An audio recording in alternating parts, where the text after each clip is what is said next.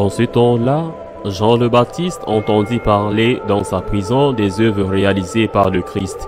Il lui envoya ses disciples et par eux lui demanda: « Es-tu celui qui doit venir ou devons-nous en attendre un autre ?» Jésus leur répondit: « Allez annoncer à Jean ce que vous entendez et voyez. Les aveugles retrouvent la vue et les boiteux marchent. Les lépreux sont purifiés et les sourds entendent. Les morts ressuscitent et les pauvres reçoivent la bonne nouvelle. Heureux celui pour qui je ne suis pas une occasion de chute. » Tandis que les envoyés de Jean s'en allaient, Jésus se mit à dire aux foules à propos de Jean: « Qu'êtes-vous allés regarder au désert? Un roseau agité par le vent? Alors qu'êtes-vous donc allés voir? Un homme habillé de façon raffinée? Mais ceux qui portent de tels vêtements vivent dans les palais de rois. Alors qu'êtes-vous allés voir? Un prophète? Oui, je vous le dis, et bien plus qu'un prophète. C'est de lui qu'il est écrit: « Voici que j'envoie mon messager en avant de toi pour préparer le chemin devant toi. » Amen, je vous le dis, parmi ceux qui sont nés d'une femme, personne ne s'est levé de plus grand que Jean le Baptiste, et cependant le plus petit dans le royaume des cieux est plus grand que lui. Acclamons la parole de Dieu. Comme toujours, la parole de Dieu est si riche en enseignements que pratiquement chaque texte donnerait lieu à une quantité énorme de réflexions. Mais il est vrai aussi que non seulement il n'y a pas de temps, mais il faut essayer d'appliquer la parole de Dieu au temps présent, bien que chacun naturellement doive l'appliquer à sa situation, à son temps présent. Je vais souligner deux choses dans ce fragment d'aujourd'hui. La première est la réponse de Jésus aux disciples de Jean qui lui demandent s'il est le Messie. Il cite l'Ancien Testament, il parle des miracles qu'il accomplit comme preuve de sa divinité. Preuve que Dieu approuve son enseignement, en particulier son enseignement principal selon lequel il est Dieu, et il dit que les aveugles voient, les boiteux marchent. Il voyait tout ça parce que c'était les miracles qu'il faisait. Mais il finit par dire quelque chose qui n'était pas si facile à voir, comme un miracle, et pourtant pour Jésus c'était un signe de sa divinité. Les pauvres sont évangélisés. Pourquoi? Car peut-être l'attention était-elle consacrée avant tout, peut-être parfois uniquement aux riches. Mais pour moi, le mot et le concept de pauvre ne me semblent pas qu'il faille le réduire à la question économique, comme s'il n'était pas important d'évangéliser tout le monde. Pauvre et riche. Pauvre est celui qui souffre, c'est-à-dire pauvre. Bien sûr, une partie des pauvres sont ceux qui n'ont pas à manger, mais pauvre est celui qui souffre. Maintenant, cette traduction des pauvres sont évangélisés, c'est une traduction qui peut être, parce que nous nous sommes habitués au mot évangéliser, n'acquiert pas tout son vrai sens. Il y a une autre traduction que j'aime plus, qui dit « Les pauvres annoncent la bonne nouvelle ». L'évangile veut dire bonne nouvelle. Évangéliser, c'est annoncer la bonne nouvelle. Que signifie une bonne nouvelle pour les pauvres, pour ceux qui souffrent? Qu'est-ce que cela signifie? Eh bien, dans une vision humaniste simplement horizontale, sinon même matérialiste, la bonne nouvelle, c'est que si vous avez un cancer qui se guérit, si vous n'avez pas d'argent, il vous le donne. Si vous n'avez pas de travail, il vous donne le travail. C'est une bonne nouvelle, et ainsi de suite. On pourrait continuer. Une bonne nouvelle, c'est que la dictature dans votre pays se termine. Une merveilleuse nouvelle. Une bonne nouvelle, c'est qu'il n'y a pas de corruption. Une nouvelle extraordinaire. Bien, mais au final, c'est une bonne nouvelle. Importante, excellente, bonne nouvelle. Mais au final, c'est toujours une bonne nouvelle qui passe. Pourquoi? Parce que ta santé, naturellement, même si tu es guéri de cette maladie qui te fait souffrir, tôt ou tard, ta santé va empirer, ou empirer encore, parce que ton travail ou ton pays ou ta famille, même s'ils sortent du problème qu'ils ont et que cela vous fait souffrir, tôt ou tard, il y aura d'autres problèmes. C'est-à-dire que la bonne nouvelle matérielle est toujours une bonne nouvelle relative. Parfois même, le fait d'avoir pu réaliser ce dont vous rêviez vous déçoit, car ce n'est pas une ou cela produit quelque chose de négatif pour vous, parce que vous ne remerciez pas et que vous le gâtez parce que vous ne le dédiez pas à Dieu. À quelle bonne nouvelle Jésus fait-il référence? Qui est le grand, je dirais, que le seul qui mérite d'être appelé ainsi, bonne nouvelle, que nous annonce le Seigneur. Qu'est-ce qui me remplit d'espoir? La seule grande bonne nouvelle est de vous dire qu'il y a la vie éternelle et que Dieu pardonne vos péchés. C'est la bonne nouvelle et c'est ce que le Seigneur dit à tous ceux qui souffrent. Vous souffrez, regardez, le Seigneur vous guérira, parfois de la maladie, d'autres fois non. Vous avez un problème économique, parfois le Seigneur fera le miracle que ce problème soit résolu avec une charité, avec un travail, et d'autres fois non. Mais pour vous qui souffrez, pour vous qui pleurez, pour vous qui passez un mauvais moment, ou pour vous qui ne passez pas un mauvais moment, même si je crois que tout le monde a toujours quelque chose qui le fait souffrir. Pour vous, la bonne chose, c'est qu'il y a la vie éternelle, car Jésus est venu annoncer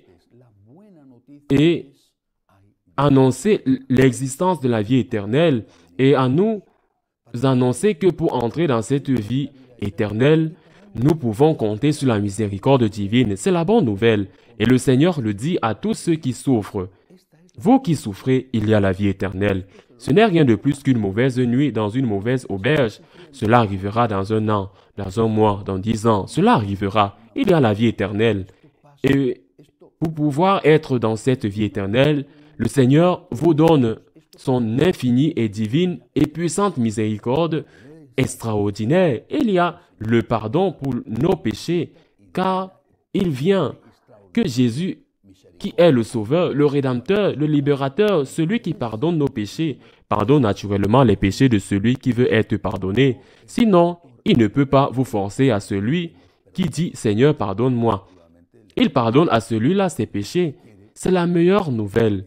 Quelqu'un dira « Non, ça m'est égal, je m'en fous. Ce que je veux, c'est avoir plus d'argent, parce que ce que je veux, c'est être en bonne santé. » Demain, tu auras un autre type de problème. Alors que ce que le Seigneur vous dit est une vraie bonne nouvelle, celle qui est pour toujours, et c'est la seule qui vous permettra de vivre en paix, avec joie, même si vous souffrez, même si la maladie continue, même si les problèmes de votre famille continuent, ou même si vous continuez à subir une dictature horrible. Il y a la vie éternelle, il y a la miséricorde de Dieu. C'est la bonne nouvelle que le Seigneur nous demande de proclamer à tous et surtout à tous ceux qui souffrent. La deuxième chose sur laquelle je veux me consacrer, Jésus dit ensuite, « Bénis soient ceux qui ne sont pas scandalisés par moi. Heureux ceux qui ne sont pas scandalisés par moi, qui sont scandalisés par Jésus. » Au moins 2 grands groupes. Ceux qui croient que Jésus est son serviteur, son employé, son esclave, ils sont scandalisés par Jésus et ne lui donnent pas ce qu'il demande. Je suis malade, vous ne m'avez pas guéri. Je suis scandalisé par vous. Je ne veux rien savoir de plus sur vous. Je m'éloigne de vous. J'entre dans une crise de foi. De toutes ces histoires, il est scandalisé par Jésus. Alors, qu'est-ce qui lui arrive? Que se passe-t-il lorsque vous crachez vers le ciel? Eh bien, si la salive tombe sur votre visage, que se passe-t-il? C'est parce que vous avez un problème et que le problème n'a pas été résolu, même si vous avez prié, à savoir comment vous avez prié. Eh bien, si vous dites « Maintenant, cela m'interroge, cela m'éloigne de Dieu », que se passerait-il? Allez-vous vous sentir mieux? Est-ce que le problème va être résolu parce que vous vous êtes éloigné de Dieu? Ben non, le problème va continuer. Il va probablement s'aggraver et tu seras seul, juste parce que tu t'es éloigné de celui qui voulait partager ta croix avec toi. Pour l'alléger, il y a donc un groupe qui est scandalisé par Jésus parce qu'il n'est pas compris par Jésus. Il est Dieu et qu'il est venu pour pardonner nos péchés. Et il pense que Jésus est son esclave qui est à ses ordres, Il est le génie de la lampe d'Aladin. Lorsque vous frottez la lampe, le génie sort et exauce votre souhait et vous le remettez dans la lampe et remettez une prise dans la lampe afin que le génie ne s'échappe pas jusqu'à la prochaine fois que vous aurez besoin du génie pour vous exaucer un souhait. Le Christ est Dieu. Il n'est pas votre esclave. Et ceux qui sont scandalisés parce qu'ils ne sont pas à ses ordres se retrouvent sans aide que Dieu leur donne et avec les mêmes problèmes, voire plus grands que ceux qu'ils avaient. Mais il y a un autre groupe qui est aussi scandalisé par Jésus. Il y a un autre groupe peut-être plus récent. Celui-ci précédent est classique. Cet autre est un peu plus récent. Ceux qui n'acceptent pas son message sont scandalisés par Jésus. Comment ce monsieur peut-il? Ils disent, comment ce personnage peut-il dire non à l'adultère? S'il vous plaît, à quelle époque vivez-vous? Depuis 2000 ans. Dites non au divorce, mais qui pensez-vous que vous êtes? Ils sont scandalisés par Jésus. Et ainsi le reste de l'enseignement moral de l'Église dans tous les aspects de l'enseignement moral et aussi dans l'enseignement moral sexuel. Est-ce qu'ils sont scandalisés par Jésus? Scandalisés par Jésus, par les enseignements de l'Église. Il est scandalisé par les enseignements de Saint Paul. Il le traite de misogyne, dépassé, macho, innombrables insultes. Notre Seigneur, tout le Nouveau Testament, encore moins l'Ancien, ne leur vaut rien. Ils en sont scandalisés. Ils abjurent. Ils le rejettent. Pire pour eux, car ils s'éloignent de Jésus. Ce n'est pas que Jésus s'éloigne d'eux. Ils s'éloignent de Jésus. Et que se passe-t-il? Qu'ils se sont laissés seuls.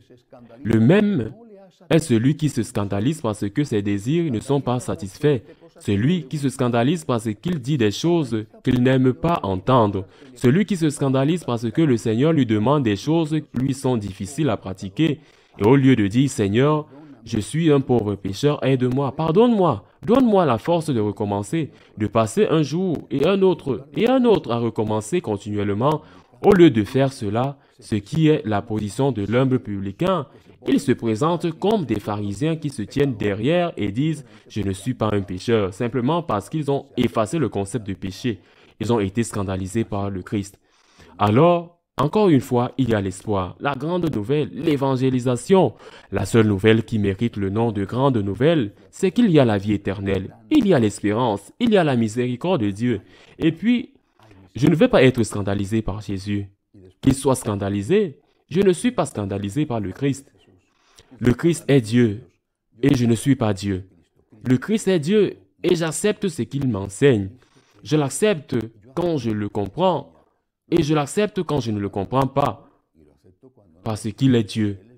Comment puis-je avoir l'audace, l'arrogance de prétendre que tout ce que dit le Seigneur, je le comprends? Est-ce que je suis peut-être égal ou supérieur à Dieu? Je ne suis pas scandalisé par le Christ. Je me soumets joyeusement au Christ car lui et lui seul est mon libérateur. Ainsi soit-il.